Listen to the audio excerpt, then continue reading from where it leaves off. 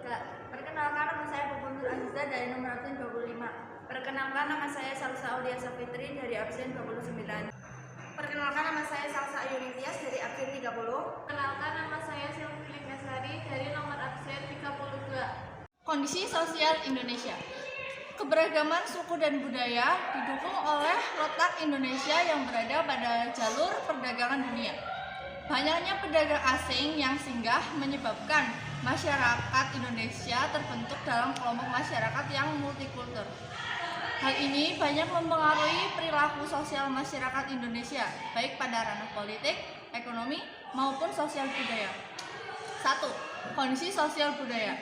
Kondisi sosial budaya dapat teramati secara langsung melalui interaksi sosial yang terjadi pada keluarga, teman, dan pekerjaan. Indonesia memiliki suku dan budaya yang beragam yang meliputi bahasa, adat istiadat, tatanan kehidupan, sistem kekerabatan, sistem kesenian daerah, dan tempat asal. Kondisi sosial budaya masyarakat Indonesia antara lain sistem kekerabatan, taraf pendidikan, mobilitas, dan pola pikir. A. Sistem kekerabatan. Karakter asli yang dimiliki oleh bangsa Indonesia sejatinya adalah sistem kekerabatan yang sangat erat. Hal ini dapat dilihat pada perilaku kehidupan sebagai masyarakat perdesaan yang belum berpengaruh budaya luar. Sebagai contoh, ketika seseorang akan mendirikan rumah, masyarakat desa akan bergotong royong membantu pembangunan rumah tersebut, mengharapkan imbalan. Contoh lainnya yang mencerminkan eratnya sistem kekerabatan adalah saat menggarap sawah, melakukan ritual keagamaan. Seiring perkembangan zaman, masyarakat Indonesia mulai dituntut dengan kehidupan yang serba praktis yang menyebabkan sistem kekerabatan lambat laun mulai tergerus. Fenomena tergerusnya sistem kekerabatan sangat terasa pada kehidupan masyarakat perkotaan. Masyarakat perkotaan lebih sering hidup individualis dan mulai meninggalkan asas gotong royong. Pendidikan. Taraf pendidikan masyarakat perkotaan umumnya lebih tinggi daripada masyarakat pedesaan. Hal ini karena tuntunan kehidupan kota yang lebih kompleks dengan perkembangan teknologi yang sangat cepat. Sementara itu, kehidupan di pedesaan cenderung lebih sederhana. Pola pikir. Masyarakat perkotaan cenderung berpikir praktis dan pragmatis saat berhadapan dengan permasalahan kehidupan yang dihadapi kehidupan sehari-hari. Bertolak belakang dengan pola pikir masyarakat desa yang masih menjunjung tinggi norma-norma sosial dalam menjalankan hidupan. Contoh konkret adalah ketika sebuah keluarga akan menyelenggarakan hajatan, masyarakat desa akan menyiapkan berbagai keperluan dan ritual acara yang melibatkan banyak warga, sedangkan masyarakat kota cukup menyewa jasa penyelenggara untuk melaksanakan hajatan tersebut. Mobilitas. Tingkat mobilitas yang tinggi pada umumnya terlihat di wilayah perkotaan dan pusat perdagangan. Pulau Jawa dan Batam merupakan contoh pulau yang mempunyai aktivitas mobilitas tinggi, terutama Pulau Jawa bagian pesisir utama. Hal ini karena di wilayah pesisir utara Jawa terdapat banyak bandar udara dan pelabuhan yang memudahkan mobilitas antar pulau. 2. Kondisi sosial ekonomi. Sebagai negara berkembang, Indonesia usia produktif yang berlimpah. Negara yang memiliki sebaran penduduk seperti Piradama dapat dikatakan mendapatkan bonus demografi, yaitu usia produktif lebih banyak daripada usia non-produktif. Ini wajib menjadi perhatian bagi pemerintah agar dapat mengelola dengan baik karena bonus demografi sejatinya memiliki dua mata sisi pisau yang saling bertolak belakang. Pada satu sisi, bonus demografi merupakan kesempatan besar untuk mendorong kemajuan bangsa, sedangkan pada sisi lain dapat menjadi ancaman jika tidak dikelola dengan baik. Berdasarkan data Badan Pusat Statistik atau BPS, penduduk Indonesia bekerja di berbagai sektor yang tampak. Dapat diambil kesimpulan bahwa matahari pencarian utama perekonomian Indonesia didominasi oleh kegiatan pertanian, perdagangan, dan industri. Kondisi sosial politik. Sejarah perpolitikan bangsa Indonesia dapat dikatakan telah mengalami dinamika yang sangat panjang.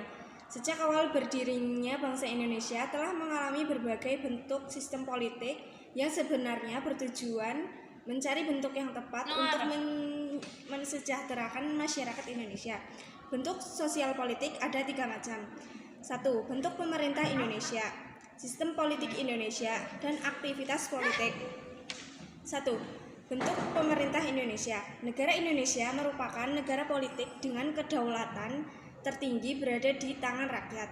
Akan tetapi, negara dan pemerintahan dikepalai oleh seorang presiden. Kata republik berasal dari kata Latin res publica, yang secara harfiah mengandung arti urusan awam, yang artinya dimiliki serta dikawal oleh rakyat Republik Indonesia.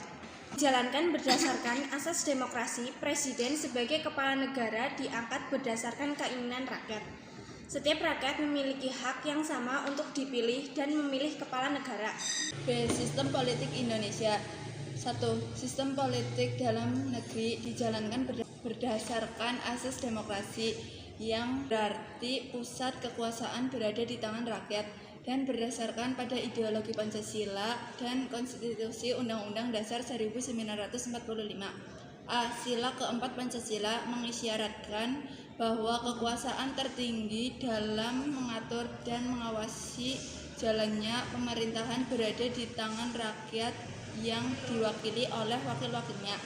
B. Pasal 27 ayat 1 Undang-Undang 1945 Amandemen, warga negara mempunyai kedudukan yang sama dalam hukum dan pemerintahan serta wajib menjunjung hukum dan pemerintahannya. C. Pasal 28 D ayat 1 Undang-Undang Dasar 1945 Amandemen, setiap orang berhak atas pengakuan, jaminan, perlindungan, dan kepastian hukum yang adil serta perlakuan yang sama di hadapan hukum. D. Pasal 28 D ayat 3 Undang-Undang Dasar 1945 Amandemen, setiap warga negara berhak memperoleh kesempatan yang sama dalam pemerintahan.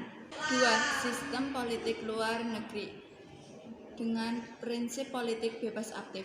A. Politik bebas aktif. Bebas berarti tidak terikat dalam menentukan sikap dan pembina hubungan dengan dunia internasional serta tidak memihak salah satu blok. Arti dari aktif turut serta dengan memperjuangkan terciptanya perdamaian buruk. Sementara itu, aktif artinya turut serta dalam memperjuangkan terciptanya perdamaian dunia. B. Pembukaan Undang-Undang Dasar 1945 alinea pertama menjelaskan bahwa kemerdekaan adalah hak segala bangsa. Konsekuensi logisnya, Indonesia turut serta menghapuskan segala penjajahan di atas dunia. C. Undang-Undang Dasar 1945 Amandemen Pasal 11 ayat 1 menegaskan Presiden dengan persetujuan DPR menyatakan perang, membuat perdamaian dan perjanjian dengan negara lain. D. Undang-Undang Dasar 1945 Pasal 13 ayat 1 Presiden mengangkat duta dan konsul untuk negara lain, sedangkan ayat 2 menyatakan Presiden menerima duta negara lain. Aktivitas politik. Aktivitas politik merupakan segala bentuk kegiatan yang mengarah pada ranah politik, baik ranah perpolitikan dalam negeri maupun luar negeri. 1. Aktivitas politik dalam negeri. A. Pemilihan umum. Pemilihan umum merupakan sarana bagi rakyat dalam menjalankan kedaulatannya. Pemilihan umum di Indonesia antara lain sebagai berikut. Pemilihan umum di Indonesia dibagi menjadi 3. 1. Pemilihan presiden dan wakil presiden. 2. Pemilihan anggota DPR sebagai wakil rakyat. 3. Pemilihan anggota DPD sebagai pengemban aspirasi daerah di parlemen pusat. B. Unjuk rasa. Unjuk rasa merupakan sarana penyampaian aspirasi rakyat ketika aspirasi yang diwakilkan kepada anggota DPR tidak terakomodasi dengan baik. Kegiatan unjuk rasa diperkenankan dan dijamin oleh undang-undang selama pelaksanaannya tidak anarkis dan sesuai prosedur yang telah diatur dalam undang-undang. C. Dialog terbuka politik. Media massa dan podcast sering dipakai oleh pelaku media untuk mewadahi dialog terbuka antar tokoh politik. Pelaku media merupakan komponen penting dalam mengawal jalannya politik sesuai dengan tujuan dan cita-cita bangsa. 2. Aktivitas politik luar negeri. A. Pertukaran duta negara. B. Membina persahabatan dan kerjasama antar negara di dunia dalam bidang sosial budaya, ekonomi, iptek, dan pertahanan keamanan. Sekian dari kami. Wassalamualaikum warahmatullahi wabarakatuh.